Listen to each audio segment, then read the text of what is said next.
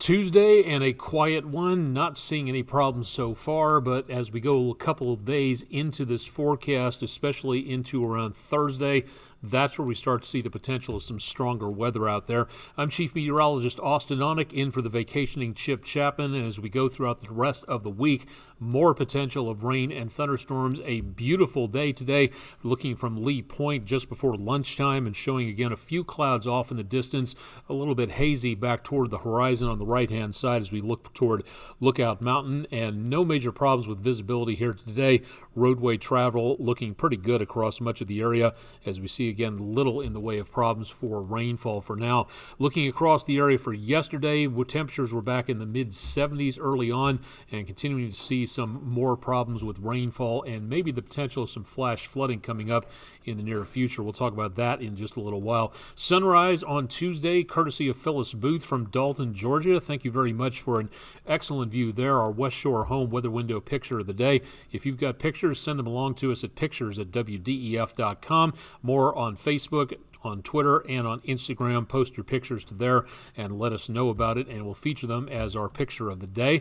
We're kind of sandwiched in between storm systems at this point. A lot of cooler air back to the north would be helping us to cool off to normal levels for the last day of February, but we're not going to be seeing that happen as we get more warm, moist air coming in from the Gulf of Mexico. So our stationary front to our south is going to be changing into a cold front very soon, and this mess of fronts back across the Rockies and into the Intermountain West is going to be moving its way our direction, and that's going to be giving us the potential for more storm systems. Once these systems cross the Rockies, they start to get a lot more energy as they move from the Rockies into the plains. That gives them a lot more room to maneuver and gather more energy, and that's exactly what we're going to be looking for. We'll take a look at the potential of severe weather coming up in just a little bit. For the rest of Tuesday, sunshine, a few clouds, not bad whatsoever. Temperatures about 15 to 20 degrees above where they should be for this time of the year. Tonight, on the cooler side, temperatures dropping into the upper 40s to lower 50s, so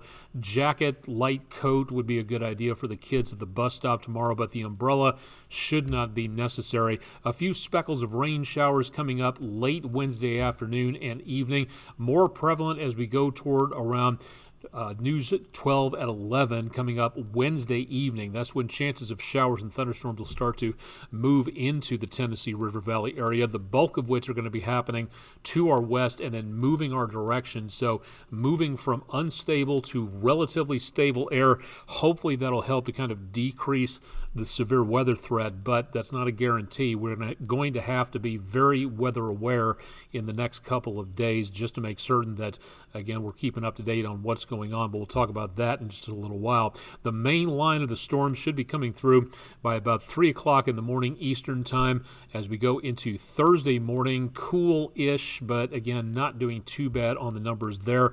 And showers and thunderstorms may stick around as we go into Thursday morning around bus stop time. Getting rid of the rain showers is going to take probably better portion of the day on Thursday, so we could be looking at some sloppy travel out there going to and from work and or school, so keep that in mind. But temperatures remain a little bit on the milder side as we go into and around Thursday. Now, for severe threat, we're not picking up anything for Tuesday. For Wednesday, looking back to the west, that's where we start to see the potential problems going on, or at least developing back from Shreveport to about Memphis, north of Jackson.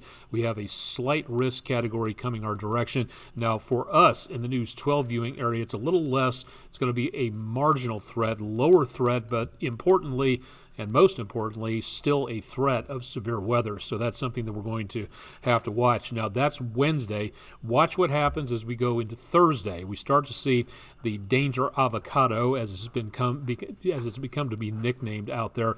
We start to see the potential of, again, an enhanced risk of severe weather. Dallas, Jackson, Mississippi, and back toward Memphis, Tennessee. That's where we see the worst potential of stronger weather coming on through.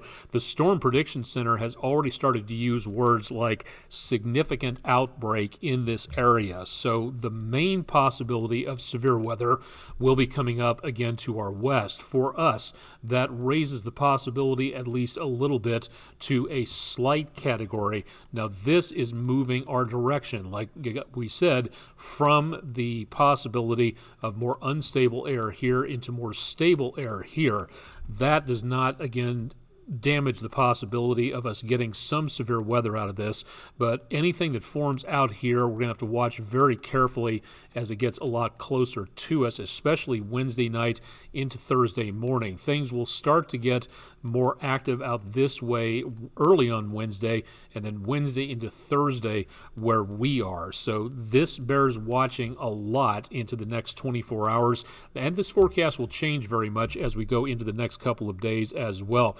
We start to see again some chances of showers and thunderstorms coming up and leaving the area as we go toward, again, Friday, but most of what we're looking at should be heading on out of the picture. You can catch more about the 7-day forecast on our website, wdef.com/weather. You can also get more information about how to program your weather radio. Now is the time to get a weather radio and have it programmed. Every school, every home, every place of worship, every business should have one of these things and have it properly programmed. You can get it to where you can program it for the information that gets sent from the National Weather Service. The encoding of the information has the counties listed on it, and if you don't want to be bothered for a county that is to the east of the area, you don't have to. You can program in the counties you want to, and to find out more about how that works, again, please go to our website and we'll help you program your Weather Service radio. That could be, again, a life-saving piece of equipment at some point, so please keep that handy and go ahead and get that ready to go. Now, on Thursday afternoon, hopefully weather will not cancel this. If you did not have a chance to take the Skywarn Spotters meeting held for Hamilton County and Chattanooga residents a few weeks ago, there's another meeting coming up. That'll be Thursday, March 2nd at 1 p.m. at the UTC Library, Vine and Douglas Street. Again, that's Thursday, March 2nd at 1 p.m., and you have to register for a seat. It is totally free, weather.gov/MRX to reserve your seat. Now, not only are there going to be training sessions for Chattanooga and Hamilton County residents, there are other meetings coming up across the News 12 viewing area for other residents out there, and again, taught by the National Weather Services in Morristown, Tennessee, and Huntsville, Alabama. Meigs County in Tennessee, Thursday, March 9th, 6:30 p.m. Eastern. Marion County, Tennessee in Jasper, Tuesday, March 21st, 6 p.m. Central. And for DeKalb and Jackson County, Alabama, the two most northeast counties in Alabama covered by the News 12 viewing area, that meeting will be held Friday, March 4th, at the Northeast Alabama Community College in Rainsville. That at 6 p.m. on the 24th of March. And again, register for those at the particular weather sites that you go to. And don't forget that if you can't make those meetings because of compromised health or schedule, go to the National Weather Service in Morristown and you can take the virtual Skywarn Spotter training session before you show up for the in-person meetings, if at all possible. And again, that's available at weather.gov/MRX.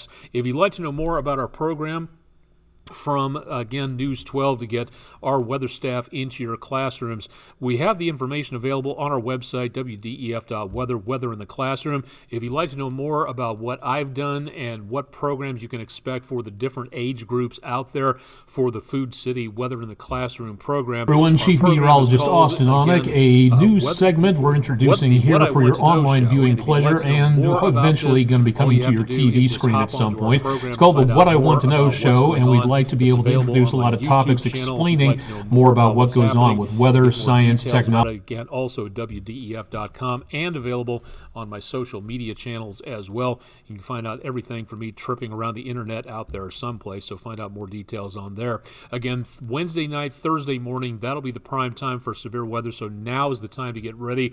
Get your severe weather plan in place. Get a weather radio. Make certain you're paying attention to local media. Be weather aware. Pay attention to what the forecast is before these storms start heading on through. And again, you can find out more details on that with the forecast at wdef.com/weather. Questions, concerns, ideas, let me know at aonic@wdef.com. Patrick Core, Chief Meteorologist Emeritus, will be in for the weather forecast tonight. I'll be in for the vacationing Chip Chapman on Wednesday morning, and I'll be back with you in the evenings coming up on Thursday. I'm Chief Meteorologist Austin Onick from News 12 in downtown Chattanooga. Stay tuned for more details with News 12 on air and online.